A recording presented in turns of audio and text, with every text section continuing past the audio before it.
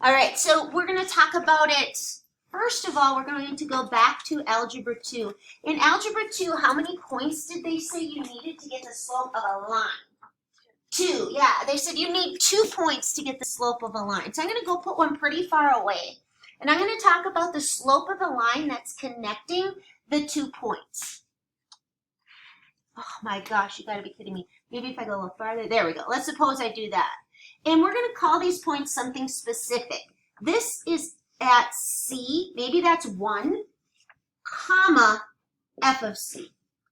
So maybe that C was at 1. We're going to scoot over to any other spot on the curve, and we're going to call it x, f of x. And then from Algebra 1, you know that to get the slope of a line, you do change in y over change in x. Or y2, so I'm going to grab this guy. So when I write the slope of my secant line, I'm going to write an m with a little sec down here. It's going to be my second x minus, y minus my first y over x minus x. That's really Algebra 1. It's the slope of that red line. All right, slope of a secant line, you just need point, subtract the y's, subtract the x's. Nothing new there, right, Miss Karen? It's pretty straightforward.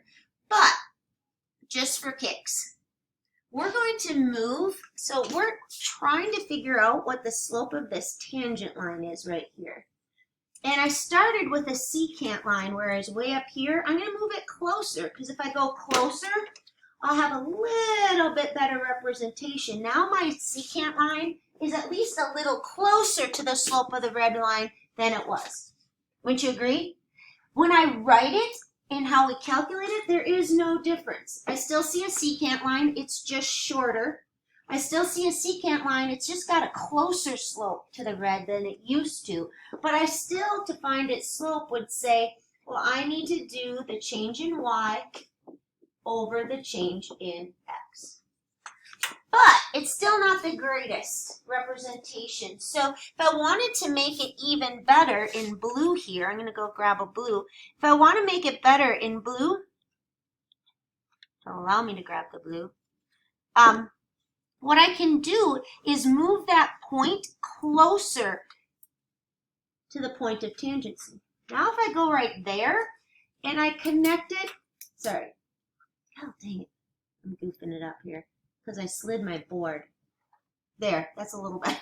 If I go a little closer, now you'll notice that blue line's better, and it's better, and it's better. So if I go really, really close to the point of tangency, and I draw a secant line, do you see how that's really close to the slope of the tangent? Mine fell almost on top of it because I have such a thick marker, right? So I'm going to kind of repeat because my board moved. But I had this point of tangency, just watch up here instead of writing. And I'm like, I can't find the slope of that line. I only have 1 point. So what I did is I hopped up here and I said, well, that red one's pretty close. But it could be better if I got it closer. It could be even better if I got it closer. If I got really close and drew it, those pretty much look like they have the same slope. That's the concept. And it actually takes us back to a very important concept from Unit 1. I am having the x value over here approach the c value. So it becomes a limit. And we say the limit as x approaches c, as it gets closer and closer and closer and closer and closer and closer and closer of the slope of the secant line, which is change in y. It's a lot of notation right now, but you'll get it. Over the change in x, we say, you know what? That's going to give me the slope of the tangent line at that point. I'm going to repeat that one more time just so you have that concept down. This first definition, we're doing 2 definitions today of how you get the slope of a tangent line. The first one is, and don't write this down, I'm just going to repeat what I just said. I'm going to draw a different curve this time. Suppose I said, hey, Bella, find the slope of this line for me. She'd say, LaRude, I can't. You only gave me 1 point, right? So I would say, hey, Kristen, help her out. She said, well, I'm going to find the slope of this line. I'm going to go over away from her C to some other X point. And I'd say, well, Kristen, that's not very good. Right? I say, your slope of your line isn't really the slope of Bella's line. And then Tristan will say, well, why don't you move a little closer, Kristen, to you see what we're doing? And then you say, well, why don't I move a little closer, right, Avery? And closer, and so you're technically on that point. That is a limit as you move that x closer and closer of the slope of the secant line. You might want to approach that point at that is equal to the slope of the tangent line. So how does it work like with an actual function? Okay, I'm going to go back again to Algebra 1. Are you ready? Tyler, Algebra 1, who'd you have? Mr. Lillstrand? Okay, you had Mr. Lillstrand and he said, hey, what's the slope of this line? What would you say? 2. And if I said, well, what's the slope of that line when you're at 1? You'd say, well, 2, because the line has the same slope everywhere. So Algebra 1 is great for slopes when we're dealing with lines, right? So let's go draw that just so you can see it. So our line goes like this. It goes up 2 over 1, up 2 over 1, but whatever, like this. I'm just going to sail through like that, okay? There's our line. Here's the deal, though. If I said, well, what's the slope at 1? He'd say, well, 2. And if I said, hey, Joel, what's the slope over here at 5? You'd say, well, 2. Right? Hannah, what's the slope down here? You'd say, 2. Because you're walking on that same slope the whole time. But the real world, things don't change like that. They don't. Very things are linear in the real world. Like they have you in Algebra 1 and 2, they'll say, little Mandy had $100 and she saved $500 a month for 6 months. Write an equation for the amount she'll have. Well, that's not realistic because that has to go under her bed, and every time she gets the $500, it goes under her bed, and it never grows, it's never invested, it never gets spent. That's linear growth. It's just the same all the time. In the real world, things don't change like that, and we're moving towards applications. And in the real world, things vary. Like if you're an engineer and there's a leak in a water tower and you have to figure out when people are going to be losing water pressure, you have to find the rate that it's leaking. But it's not leaking the same rate the whole time. Wouldn't you agree? Like fast and slow, maybe it gets plugged up. So we need to figure out, well, how do I get the slope on a curve at a particular x value, which is eventually going to be things changing over time when we start applying. So we're going to use the calculus to get that same 2 that I just asked Tyler. I said, what's the slope of the line of 2x minus 3 at x equals 1? And he said 2. Here's the calculus of it. It is a limit. You would never use calculus for this one, but I want to show you the difference between example 1 and example 2. You would say it's the limit as x is approaching 1. That's 1. Of f of x minus f of c, but in this case it's 1, change in y. Basically I'm hopping over here and I'm going to get closer and closer, all over x minus 1. That would be your setup for it with calculus. I know the answer's 2. I just wanted to show you it coming out to be a 2. So let's go take our limit as x approaches 1. F of x is 2x minus 3, so you just go to x minus 3. What is f of 1, Avery? Because f of x is just this function. What's f of 1? Yep, so I'd be subtracting a negative 1, which would give us a plus 1, all over x minus 1.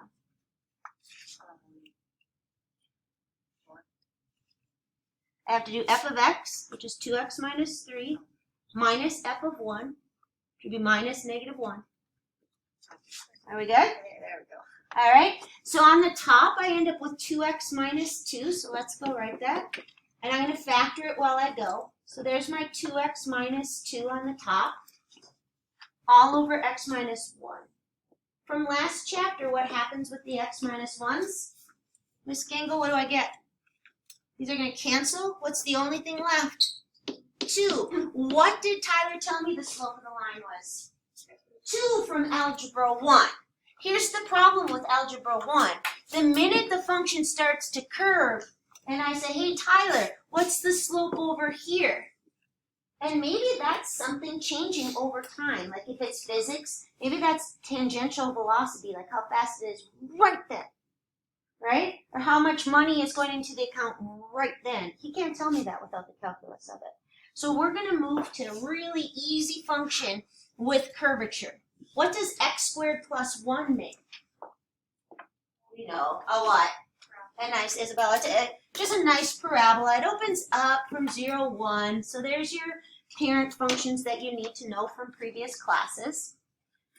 My goal is to find the slope of the tangent line at x equals 1. So I'd be right over here at the point 1, 2, because I just put the 1 in. And I want to know what's the slope of this tangent line. Now, if I asked a BC kid to walk in here and tell me that, they know it instantly because they've been through all of chapter 2. The whole rest of chapter 2, Wednesday on, is how can I answer that question without having to go through the formal definition. But it's good to see what you're doing. So when I ask you, what's the slope here at 1, you know it's positive. How do you know my answer is going to be positive? Because the black line's going uphill, which we're going to learn it's because the function is increasing. Okay? But that's not a line. And if I had said over here, then it would have been negative. It's changing. The slopes are changing along the curve. So Tyler can't just tell me, hey, the slope is 4. It would be if it was y equals 4x plus 2. So now we have to use the calculus. So we're going to take a limit. We're creeping up on, and it's x approaches c. C is the x value. You might want to circle that so you understand that. And we do the change in y, f of x, minus f of c. It's just kind of a formula. But c is 1, so I'm going to write f of 1 there. All over x minus 1. All right. So here we go. On the top, what do I put in for f of x, Bella? X squared plus 1.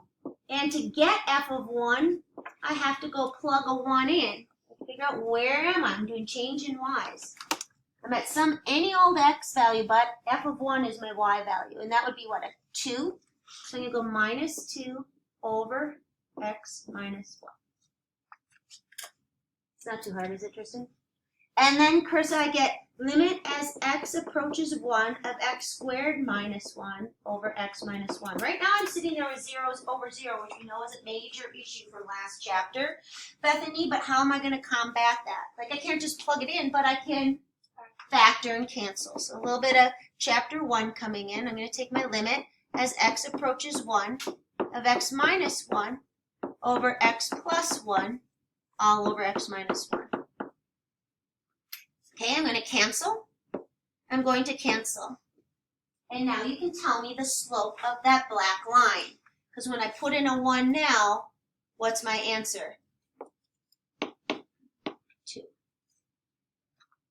How many points did I use? 1. Right? So what I just did, finding the slope of a tangent line, is called finding the derivative. Here's the notation for it. So from here on out, if I said, hey, Mandy, I want you to find f prime of 5. This is what her brain needs to do.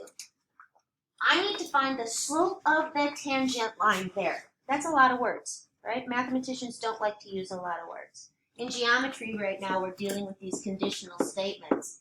And I have to teach them that when I write P arrow Q, I mean if P, then Q.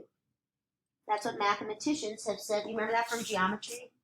Right? So, I have to teach them that when I put a squiggle in front of it, it means not P. Because mathematicians like notation.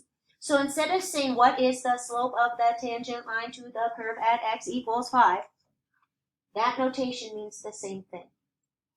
Okay?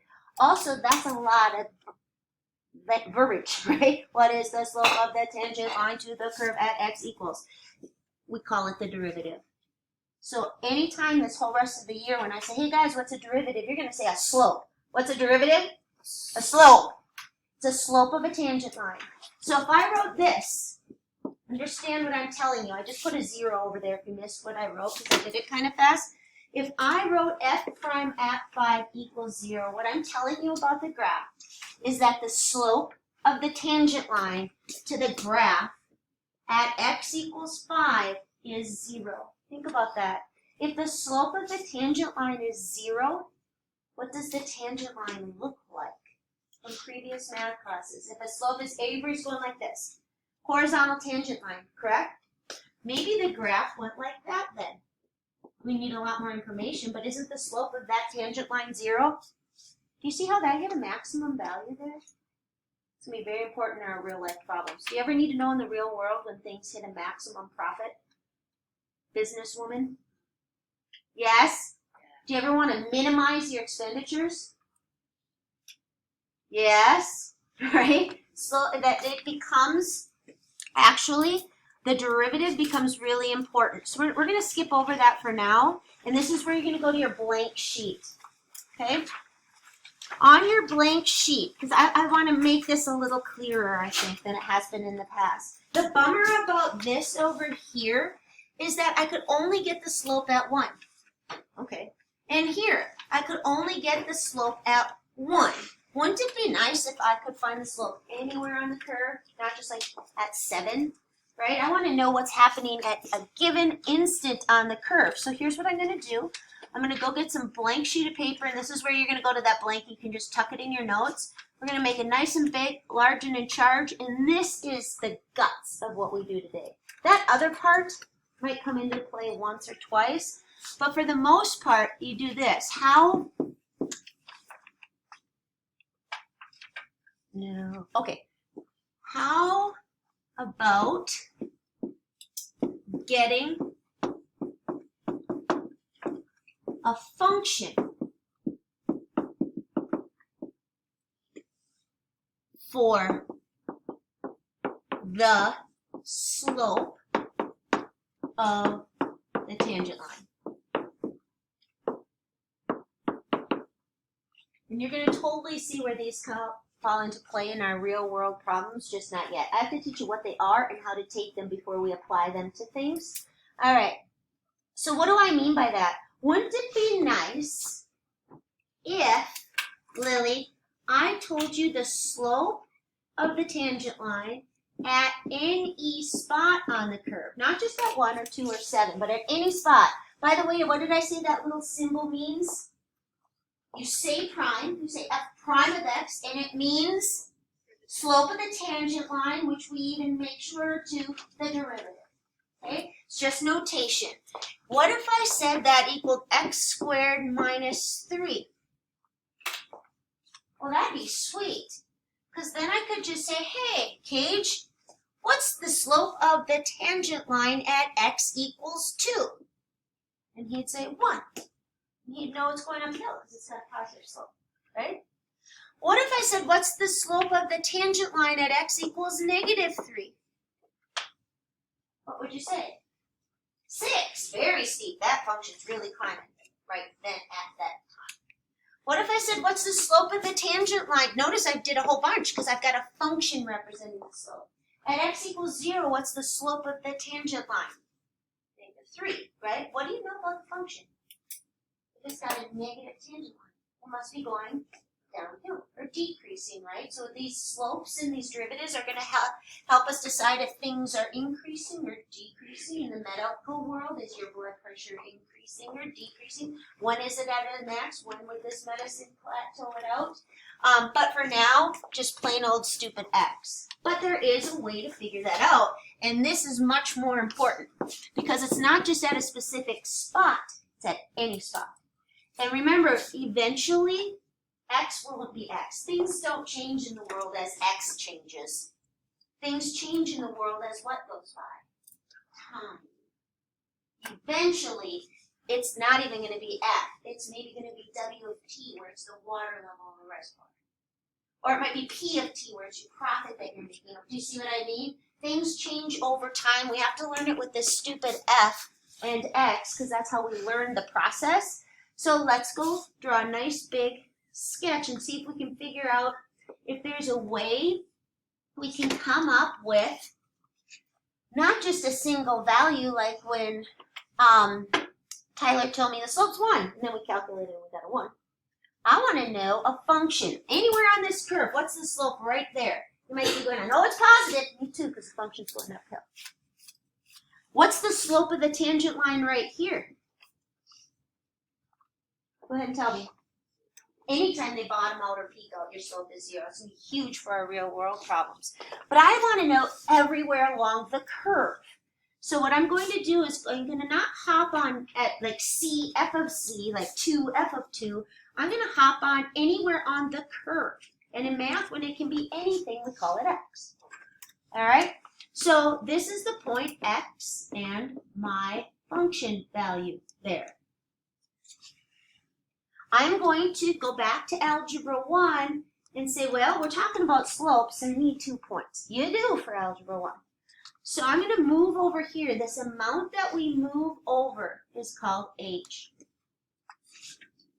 Some books call it this little symbol, delta x, or change in x. It depends on your textbook. We're going to use h. So what I do is I'm going to scoot over, and I'm going to call this x plus h. You agree with that's what it'd be, right? Makes sense? Right on? All right. So now I need to go label this new point over here. It's over x plus the amount I scooted, and it's at the y value there. I'm going to go nice and slow through this because I think I'm only doing one example. I'm going to head across. What is that red line called in any math class? It's called a secant line. So I'm going to write that on here. Secant lines, I can find the slope of with Algebra 1. I'm going to write m sub secant. So, I'm going to find the slope of that secant line. In blue, I'm going to go put the tangent line on there so you can see that my estimate, the way I have it, is going to be really crappy. Sorry, got a lot of windows open here. There we go. All right, so I'm going to, in blue, let's go draw the tangent line. It needs to nip the curve once at that point. Blue and the red are way off with their slopes, right? Don't you think? Look at the slopes of them. Aren't they way off for a sec? All right, but we're going to set up a model that'll get us the slope of the blue. Here's what we're going to do. We're going to say, well, I know how to get the slope of a secant line. I've been finding slopes since I was in 7th grade. I do change in 1. Right, Avery? So y2 is now, where am I now after I scooted over? Minus where was I? Now go and subtract the x's and tell me what you get. What do you get when you do x plus h minus x? H. Okay. Now I just said the red is way off from the blue. But I'm going to use that same concept of, well, why not get a little closer, LaRude? Okay. What am I doing? I'm shrinking the h. If it was at 4, I now made it like 2 scoots over. That's better. How could I make it even better? Closer. How could I make it the best it could possibly be? Get so close, I'm basically what? Touching it, but I'm not. But I'm going till I croak over and die and say finish it off, and he goes croaks over and I finish Eventually, the last person on earth goes but you're basically there, right? That's a limit. So here's what I'm going to do. The slope of my tangent line, the blue one. So the slope of the tangent line, the blue one. As it stands, the slope of that tangent line is not even close to the slope of the secant. But if I take a limit, and I'm taking h and I'm shrinking it until basically I've moved how much? 0. Exactly, sir. It's scam likely. All right, so I'm basically going to have that h approach 0 of f of x plus h. It's a lot of notation today. If you don't get it, you'll still be successful with the process because it's mostly algebra. But I really like it if you understand what you're doing. All right. What did I say the slope of the tangent line is called in here? The what? The derivative. How do I say that we do the notation for the derivative of f? F what? Prime. So f prime of x. Not in a single spot, like at C, but of the whole function. So watch, I'm going to go back to that one we just did, and I'm going to go super slow. It's going to be pretty much the only one I do for today. But the function was f of x equal x squared plus 1. I'm going to do one of them really slowly. And you guys figured out from the other definition at a point that the derivative was 2. But Joel, if I said, what's the derivative at 5? You go, oh crap, I gotta go through that whole process again with the 5. And then if I say, actually, oops, I meant to say -5. You'd be, oh crap, I gotta go through. So this process is gonna give me a function. So that's the difference. Here we go. I'm gonna take a limit. As we scoot h closer and closer to x so that it basically becomes, I'm on top of it, but not quite, but I am. But I'm not quite, but I am. Right? And I'm going to do f of x plus h, and we'll write that all out, minus f of x all over h. The calculus is done. Now it goes to Algebra 2 and Pre-Calc. Okay? All you have to do is function composition. F of x plus h, we'll take that x plus h and stick it in for x. So it's going to take that and stick it in for x. So how am I going to get it? I'm going to do x plus h squared plus 1. I want you to just make sure you're comfortable with that. I'm only doing one of them because they're a pain in the butt, and the whole rest of the chapter is going to be, how can we avoid this? Right? So Avery, do you see what I did with the x plus h? Function composition, I stuck it in for the x, I'm squaring it, I'm adding 1. We good with that? The formula then says to subtract, so I'm going to subtract. What does it say I'm supposed to subtract? F of x, so what am I going to put in parentheses right here? X squared plus 1. It's just writing it out, expanding it from our last chapter. It's a limit. H is going to creep up on 0. This is all over h. All right. Now I'm going to expand, because actually if I put 0 in right now for h, I have x squared plus 1 minus x squared plus 1. It's a problem, right? So we're going to do what you did on your last test when you had these, you expanded them. Be very careful. The other Tristan Hill, don't call x plus h quantity squared x squared plus h squared. That make me really sad. What am I going to do to square this guy? It's not x squared plus h squared. What do I need to do with it? Just an h. How do I square x plus h? X squared plus 2x h plus. What are you kind of doing in your head? Foil. Distribute, foil, whatever. But make sure he was right. It's x squared. Outside and inside are both xh. If you need to write it out, that's fine. Plus h squared. What did I just do? I squared x plus h. Why? Because I'm supposed to put it in there. And then I have a plus 1. And then I have a minus x squared and a minus 1. And then I'm going to give you a little hint for whether you know if you're doing these right today and tomorrow. And then after that, we're done doing these this way. Kristen, here's how you'll know you did it right. Everything that doesn't have an h in it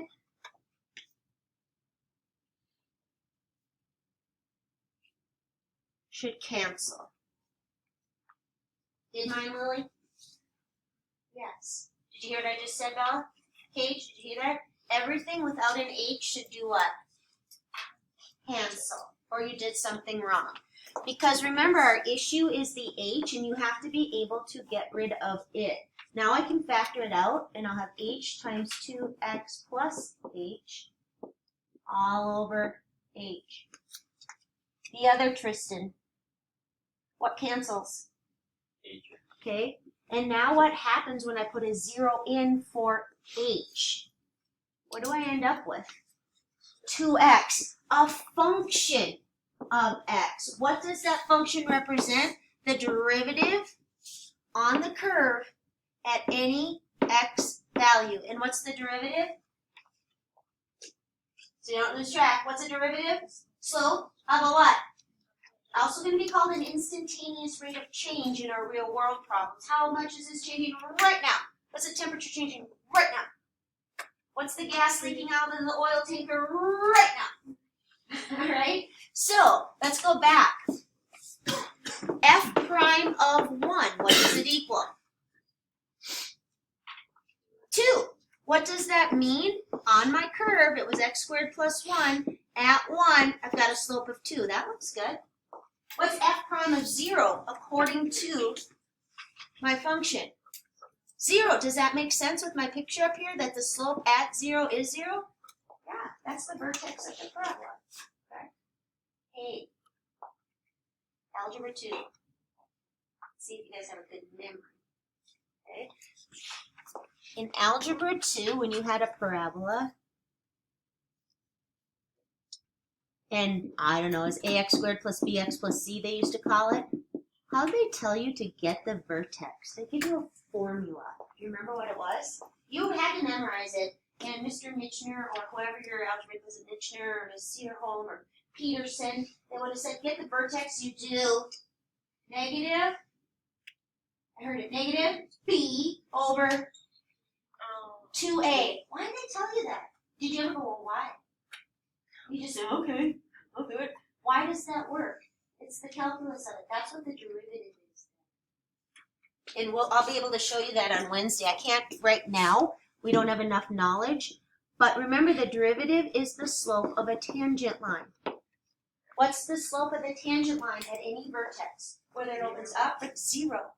So that formula comes from setting its derivative equal to 0. And if you solve it, you get negative b over 2a. It's cool stuff. I was just able to show Calc 2 why the volume of a cone. In geometry, Mr. Bloom or whoever you had would have said, or Mr. What did you guys have for geometry? I don't even know. They would have said, okay, write this on your note, card, guys. This is how you get the volume of a cone. Why? Right? That's calculus gives you that formula. So calculus gives you almost all the formulas your teachers have said, hey, this is what it is. How do you get the area of a circle? Pi times pi r squared. Why? Because your teacher told you. But it's actually from calculus. It's cool. It's good stuff. We are done. Your assignment is delta math. Take it out for just a second. Take out your delta math. I don't know if my voice recorded. I have a feeling it didn't. I see that little microphone symbol down there. All right, so in your delta math,